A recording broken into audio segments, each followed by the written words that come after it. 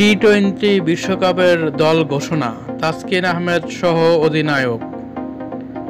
15 সদস্যের দলে নেই পেস বোলিং অলরাউন্ডার সাইফুদ্দিন। 2021 সালের পর আবার টি-টোয়েন্টি বিশ্বকাপের দলে ফিরেছেন Mahmudullah.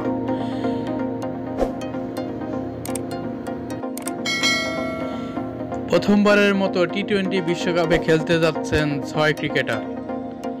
Opener Tanzid Hasan, middle order batsman Towhid Hridoy, wicket keeper batsman Jaker Ali, বাঁহাতি spinner Tanvir Islam, leg spinning all-rounder Rishad Hossain ও পেসার তানজিম হাসান। এবারই তারা প্রথম টি-টোয়েন্টি বিশ্বকাপ খেলতে যাচ্ছেন।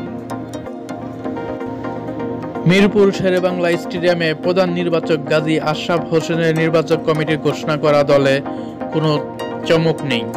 চোট শঙ্কায় থাকা তাসকিন আহমেদ আছেন দলে, তিনি বিশ্বকাপে বাংলাদেশ দলের সহ অধিনায়ক, আর অধিনায়ক যথারীতি নাজমুল হোসেন। 15 সদস্যের দলে নেই পেস বোলিং অলরাউন্ডার সাইফুদ্দিন।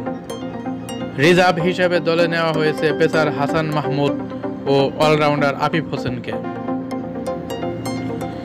বিশ্বকাপের আগে যুক্তরাষ্ট্রের বিপক্ষে 3 ম্যাচের একটি প্রস্তুতিমূলক টি-টোয়েন্টি সিরিজ খেলবে বাংলাদেশ দল। যুক্তরাষ্ট্রের হিউস্টনে যুক্তরাষ্ট্রের বিপক্ষে বাংলাদেশের ম্যাচগুলো 21, 23 ও 25 মে।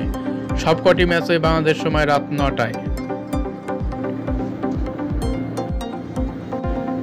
সাইফুদ্দিন কেন দলে নেই, এরকম প্রশ্নের জবাবে প্রধান নির্বাচক গাজী আশরাফ হোসেন বলেছেন, আমাদের যে আস্থার জায়গাটা সেখানে সাইফুদ্দিনের চেয়ে তানজিম একটু এগিয়ে ছিল, এজন্য ওকে আমরা দলে রেখেছি। তবে আশ্চর্যের বিষয় হচ্ছে তাসকিন আহমেদ সহ অধিনায়ক হিসাবে জায়গা পেয়েছেন।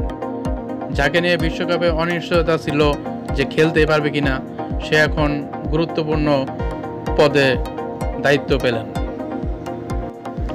তবে অন্যদিকে আশার বাণী হচ্ছে মাহমুদুল্লাহ দলে ফিরছেন, আরেকদিকে সাকিব আল হাসান। দুইজনেই অভিজ্ঞ, অনেক দিক থেকে এগিয়ে থাকবে বাংলাদেশ।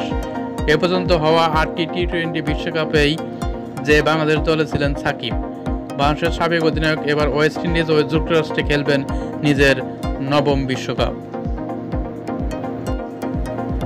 এই কীর্তিতেও সাকিব অবশ্য একা নন, ভারতের অধিনায়ক রোহিত শর্মাও 9ম টি-টোয়েন্টি বিশ্বকাপ খেলতে যাচ্ছেন।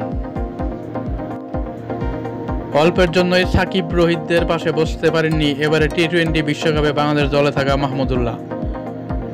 2007 থেকে 2021 পর্যন্ত প্রথম 7টি টি-টোয়েন্টি বিশ্বকাপে বাংলাদেশ দলে ছিলেন এই অলরাউন্ডার। তবে 2022 সালে অভিজ্ঞ এই ক্রিকেটারকে ছাড়াই অস্ট্রেলিয়ায় বিশ্বকাপ খেলতে চায় বাংলাদেশ।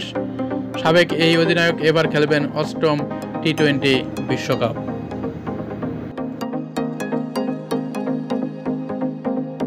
আর বাংলাদেশ অধিনায়ক নাজমুল হোসেন খেলতে যাচ্ছেন 2য় টি-টোয়েন্টি বিশ্বকাপ।